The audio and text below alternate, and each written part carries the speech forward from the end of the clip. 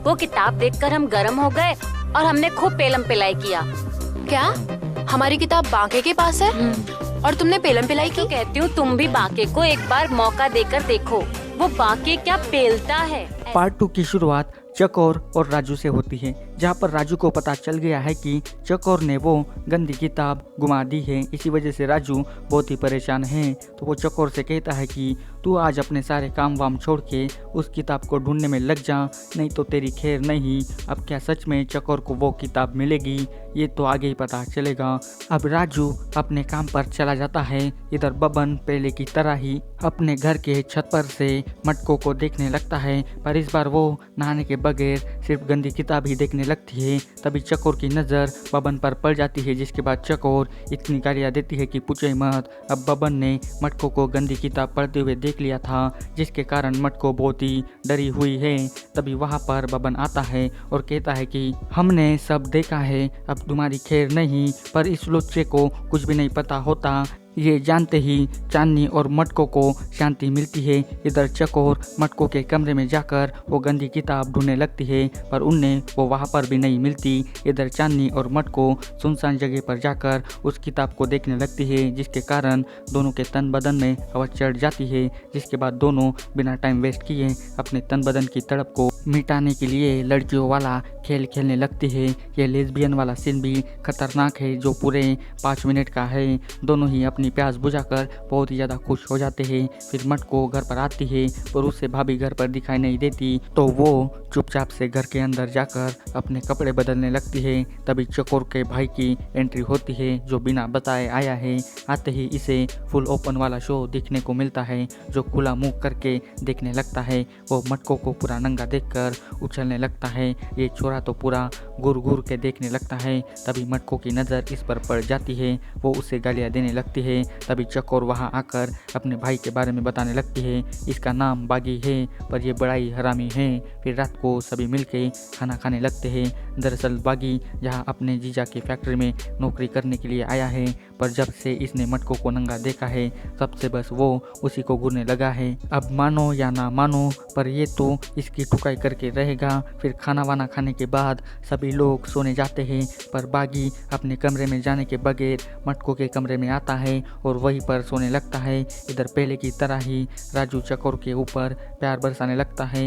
ये दोनों तो रोज़ गपागप किए बगैर रह नहीं पाते, और पहले की तरह ही इनकी आवाज़ें मटको के कमरे तक जाती है। जिसके बाद बागी और मटको दोनों की आवाज़ें सुनने लगते हैं, पर बागी को ये सब अच्छा नहीं लगता, तो वो उठकर वहाँ से चला जाता है। भाई राजू और चकोर का ये पलंग तोड़ वाला सीन तो पूरा बवाल है। फिर अगले दिन चांदनी मटको के घर पढ़ाई करने आती है, और बीच में टांग बनकर बागी भी इनको पढ़ाने इनके साथ जाता है। अब बागी इनके सामने टीचर बन के दोनों को यौन शिक्षा देने लगता है, जहाँ पर ये बागी दोनों को ऐसे यौन शिक्षा देने लगता है कि पूछो ही मत। अब बागी चांदनी के साथ प्रैक्टिकली यौन शिक्षा देने लगता है, जिसके बाद बागी चांदनी पर ऐसी हवस चढ़ाने लगता है कि पूछो ही मत। मटको तो वहाँ से चली जाती है, पर चांदनी ऐसा मज़ा छोड़ना नहीं चाहती। इसी वजह से वो बागी के साथ पलंग तोड़ करने लगती है, पर इनका ख़त्म होने से पहले ही चकोर आवाज़ लगाती है और इनका खेल बंद हो जाता है।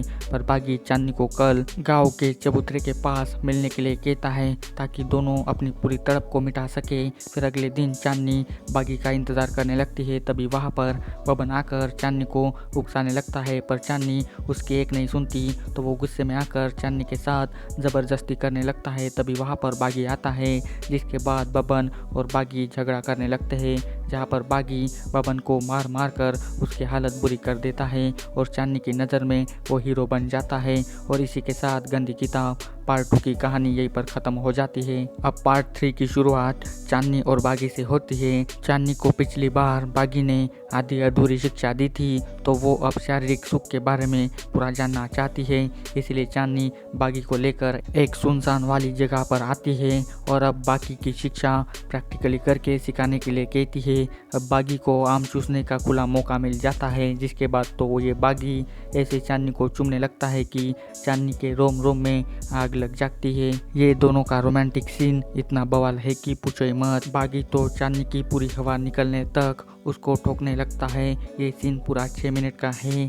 यहाँ पर बागी चांदनी पर गौर भी करता है क्योंकि इसे शंभो के बारे में पहले से ही पता होता है। तो चांदनी कहती है कि मैंने ये सब उस गंदी किताब से सीखा है जो मटको के पास है और वो किताब अपने पास छुपा कर रखती है। बागी गंदी किताब की बात सुनकर कुछ सोचने लगता है।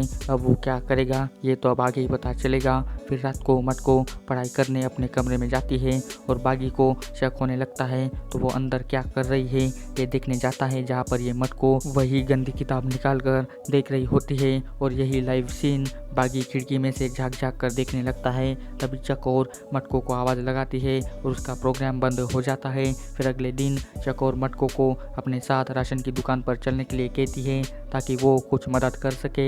अब उन दोनों के जाते ही बागी मटको के कमरे में जाकर वही गंदी किताब ढूंढने लगता है, पर वो बहुत ढूंढता है पर उसे वो किताब कहीं पर भी नहीं मिलती। तो उसकी चड्डी लेकर उसके मज़े बागी लेने लगता है। साला ये कितना ठरकी है। पर काफ़ी समय बाद आखिरकार बागी को वो गंदी किताब मिल ही जाती है, जिसके बाद वो तो बागी बिल्कुल घोड़े की तरह उसे चाटने लगता है। ये तो पूरा पागल की तरह किताब को चाटने लगता है कि तभी चांदनी आ जाती है और बागी को ये सब करते हुए देख लेती है। जिसके बाद बागी दरवाजे और खिड़कियां बंद करके फिर से उसको चरम सुख का पाठ पढ़ाने में लग जाता है। मतलब कि वो फिर से चांदनी के साथ रोमांस करने लगता है।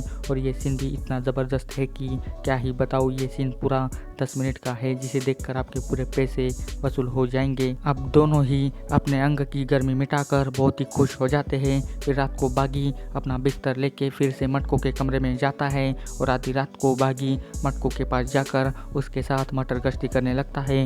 बागी मटको के साथ ऐसे रोमांटिक भरी बातें करता है कि मटको को हवस चढ़ने लगती है। फिर क्या बागी धीरे धीरे करके मटको पर रोमांस भी चढ़ाने लगता है, जिसके बाद मटको आउट ऑफ कंट्रोल हो जाती है और आपको फिर से एक धमाकेदार वाला सीन देखने को मिलता है। बागी ऐसे मटको की ठुकाई करता है कि मटको की सारी जवानी की गर्मी उतर जाती है। पर यार ऐसा कुछ भी नहीं होता।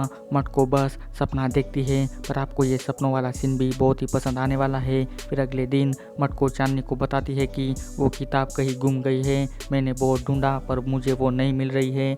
मटको को शक सीधा चांदनी पर होने लगता है, जिसके बाद वो उसे सच बताने के लिए कहती है तो चांदनी कल रात क्या हुआ था और कौन वो किताब लेकर गया ये सब मटको को बताती है।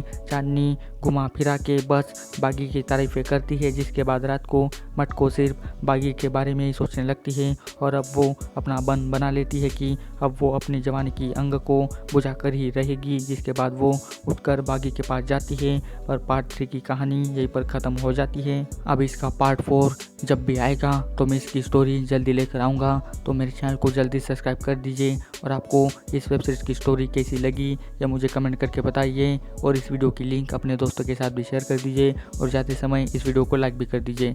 आज के वीडियो बस इतना ही, मिलते हैं अभी अगले वीडियो में, तब तक के लिए goodbye. Thanks for watching this video.